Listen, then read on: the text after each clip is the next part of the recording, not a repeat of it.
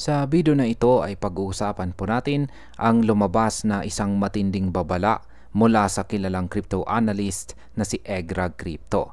Ayon sa kanya, dapat nating tandaan bilang mga traders at investors ang isang partikular na kaganapan dahil ito raw ang sinyales na dapat ibenta ang lahat ng ating hawak or holdings.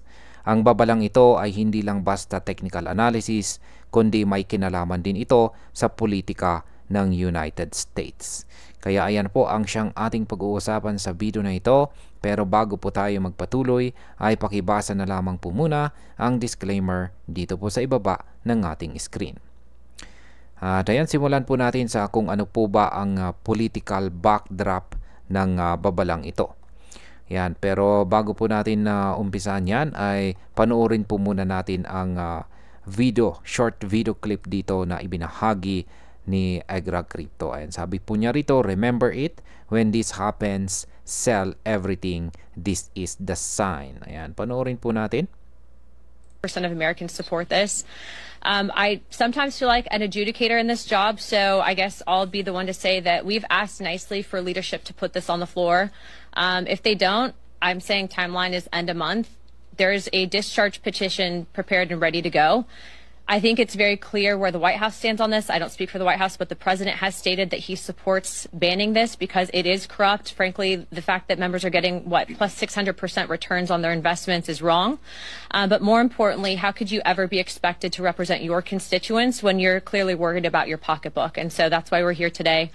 Again, thank you to Representative Burchett because he helped work on that discharge. But we are very hopeful that this will be brought to the floor in regular order. And we look forward collectively to deliver this one to the American people. Percent of Americans. At ayan, paliwanag po natin kung ano yung mga kung ano yung pahayag na nilalaman ng video na ito. Dito po ay isa itong video ni President Trump, yan, kung saan ay ibinahagi dito kung saan binanggit po ni Representative Ana Paulina Luna. Yan po yung siya po yung nagsasalita rito. Siya si Representative Ana Paulina Luna na may nakahandang discharge petition. Ang layunin po nito ay pilitin po ang House of Representatives na bumoto tungkol sa pagbabawal ng congressional stock trading. Kapag hindi po ito itinakda ng House leadership, gagamitin po nila ang petition para iakyat ang usapin. Ang ganito pong hakbang ay bihirang gamitin sa Kongreso kaya ipinapakita po nito ang seryosong intensyon ng mga mambabatas. Kaya sa market impact, dahil po sa kaseryosohan ng hakbang na ito, maaari po itong magbigay ng tensyon sa mga investors. Ang pagbabawal po sa stock trading ng mga kongresista ay maaari pong makita bilang sinyalis na hinahabol ng gobyerno ang transparency. Ngunit ito rin ay pwedeng magdulot ng biglaang pagbabago sa pananaw ng market. Ngayon ay bakit po ito mahalaga sa publiko at saka sa market? Matagal na po kasing pinag-uusapan ang issue ng stock trading ng mga mambabatas. Maraming naniniwala na may advantage po ang mga politiko dahil posibleng may access sila sa impormasyon bago pa ito lumabas sa publiko. May mga ulat na nagpapakita ng outsized returns sa mga trades ng ilang kilalang miyembro ng Kongreso, tulad po ng pamilya ni former Speaker Nancy Pelosi. Ito ang dahilan kung bakit lumalaki ang panawagan na ilagay sa blind trust ang kanilang mga assets o limitahan sila sa diversified funds. Kaya sa market impact, kung maisabatas po ito, maaring mawala ang isang malaking speculative activity ng mga mambabatas. Ito po ay magpapalakas sa public confidence, ngunit posibleng magdala ng matinding volatility lalo na sa equities at saka cryptocurrencies. Ngayon ay ano po ba ang ibig pong sabihin nito sa pananaw ni Egrag Crypto?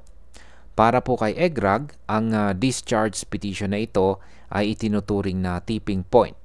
Kapag nagtagumpay po ito, malinaw na kahit ang pinakamataas na antas ng gobyerno ay handang isakripisyo ang speculative trading. Kaya naman sinabi niya na ito ang tamang oras para ibenta ang lahat ng hawak natin or holdings natin dahil posible pong pumasok ang market sa isang high volatility scenario. Kaya sa market impact, ang mga biglaang headlines tulad nito ay maaari pong magdulot po ng mabilis na galaw sa presyo ng mga cryptocurrencies gaya ni XRP at pati na rin sa mga small cap equities. Kung sumabay po ang algo trading at saka retail investors, lalong lalaki ang swings sa market. Ngayon ay ano po ang susunod na dapat po nating bantayan bilang mga traders at investors? Ayan, ang pinaka-importanting variable ngayon ay kung makakakuha ng sapat na signatures ang discharge petition. Kapag ito po ay nagtagumpay, maraming portfolio managers ang magsisimulang magbawas ng exposure sa speculative assets. Maghihigpit po sila ng stop losses at maghahanda ng hedges laban sa volatility.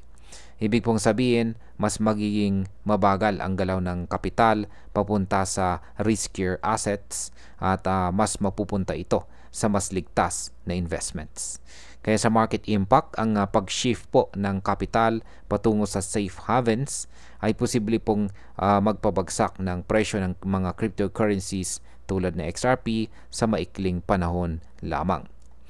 Yan bilang panghuli, para po sa akin, tama ang babala ni Egrag na dapat maging handa po tayo bilang mga traders at investors.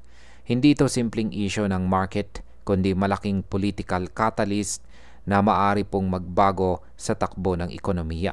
Kung sakaling magtagumpay po ang petition, mas malaki ang posibilidad na makakita tayo ng panic selling at mabilis na paglipat ng kapital papunta sa mas stable na assets. Kaya para po sa mga XRP holders at saka crypto investors, mas mabuting maging maingat at wag po tayong basta magpadala sa hype.